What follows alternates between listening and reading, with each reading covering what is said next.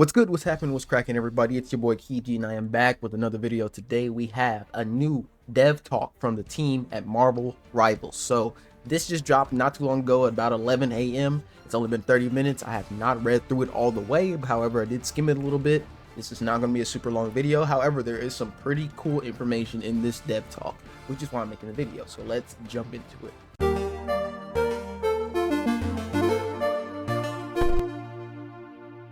So Dev Talk, it dropped on the Discord first, and then it dropped on Twitter, but now it's actually on the official website. I like to drop it. I like to read it from here. Dev Talk number 3: Designing Superheroes. Marvel Rivals is the ultimate superhero showdown, but creating these larger-than-life superheroes and villains is no small feat. We're talking about characters with more powers of all sorts, from Spider-Man's web-slinging antics to the Hulk's, well, you know what the Hulk does, he smashes. Each of those characters comes with a laundry list of powers, personality, quirks, and 85 years of backstory, especially if you're Namor. Our challenge: to distill all that Marvel magic into playable characters that not only do justice to the originals, but also deliver a heart-pounding, joy-inducing gameplay that'll leave our players wanting more. So how do we turn these beloved icons to virtual powerhouses? It's not an exact science. We have to start by deep diving into each superhero's lore and distilling their core essence. Then we ask ourselves, how can we push them while adding a dash of gameplay pizzazz? After that, we blend until we get something that feels just right. Then comes the fun part, finding their perfect fit among our classes. Vanguard, which is the tank class, duelist, damage class, strategist, support class, pouring in their wide range of abilities, personality, nitty-gritty mechanics, and style to create a concoction that'll stand out against all of their other iterations. It's a wild ride, from brainstorming to testing and tweaking. Sometimes we even have to start over, but we're committed to give you the most authentic Marvel experience possible. I'm excited. I love the passion that's behind this, and just reading this is awesome. Let's take Loki, for instance. We kicked off his design, focusing on capturing his mischievous side. We asked ourselves, how do we push Loki to be the ultimate trickster, outmaneuvering enemies on the battlefield with flair? So after some serious brainstorming, we figured, forget Bruce Force. Loki's all about using his brain power to help pals and outsmart baddies. With his core essence, that term again, in our back pocket, we cooked up a game plan for Loki that's unlike anything else. We're talking illusions, surprises, switcheroos, battlefield vanishing acts, and the best part, shape-shifting into other characters. It bamboozles everyone, even his own crew. When Loki goes incognito as a foe, not even the keenest eye can spot the difference. Sneaky, right? So that's kind of crazy. So Loki, there's not going to be any, I mean, the way they're describing it, there might be some indicator, but maybe a super small one, but they're describing it as in, like, Loki, he's going to be that character copied all the way down to the form. So you're not going to be able to tell who's who. That's kind of sick, though. Because at least with Echo from Overwatch, you can tell when she's her. Like, you can see you can hear her voice and see that she's still like light blue or whatever color. But in this, I guess you won't be able to tell. Then there's Hela. As the Asgardian goddess of death, she's all about that deadly grace mixed with a hefty dose of aggression. Our big idea for Hela: picture her as a ruthless and precise death goddess who's also a master of manipulating souls. We wanted every player who put on Hela's crown to feel that precise, snatching power. Inspired by everything from the 2011 Fear Itself comic event, especially New Mutants, specifically New Mutants 29. More recent iterations, we armed Hela with lethal, lightning fast, basic attack, the ability to transform into a storm of crows, and even more so, that players could feel the power of this Asgardian menace.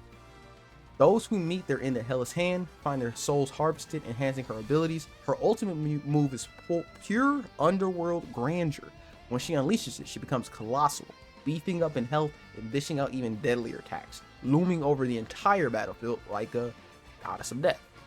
Which I cannot wait to see. That just made me so happy, because I was like, are they gonna do characters that can turn giant and turn small and change their size? They confirmed it here. Yes, they already are. That opens the door for Ant-Man, Giant Man, Miss Marvel, any character that can turn giant. And that's a part of their core character. That opens the door for a lot of stuff. I'm really, really, really excited to see Hela in her glory in 5 days. This is on the 5th now. In 5 days is when this alpha comes out. I'm super hyped. And this is the comic panel of her actually turning into that swarm of crows. It looks like she's being withheld, but they look like the mindless ones, like Dormammu's guys, the mindless ones from the Dark Dimension, but I'm not 100% sure. the crows are coming out of her mouth. It looks like she's transforming into a swarm of crows to get away from this. But it's not all rainbow bridges and cotton candy. We face challenges that would make even Thanos break a sweat. Balancing these powerhouses is like herding cats, except these cats can shoot lasers from their chests. Our superheroes and villains are all about jaw-dropping moves.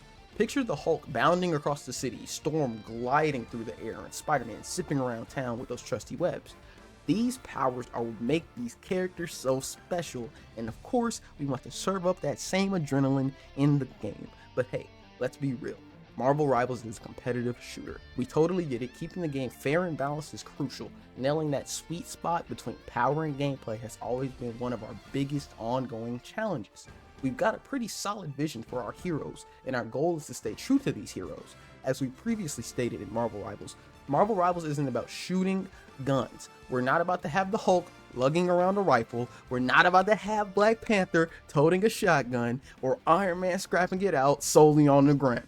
Diverse combat systems such as team-ups and adding a boatload of death are what we to make this game special and fun. It's a whole new combat frontier, and we're constantly fine-tuning to keep up our hero lineup feeling fresh and fierce.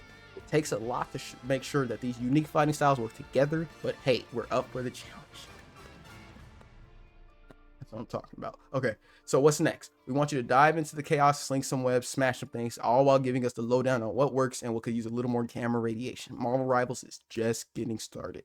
We're counting on your feedback to keep it on the path to greatness, so suit up, dive in, and let's make Marvel Rivals the hero shooter game of all of our dreams. I'm locked in. I'm locked in. Anybody in the Discord server knows how passionate these devs are about this game right now. I'm locked in. That's all I have to say. Let me know what you guys think in the comments down below.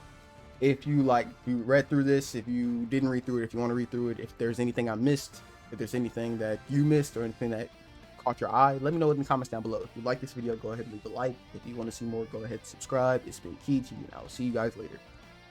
Peace.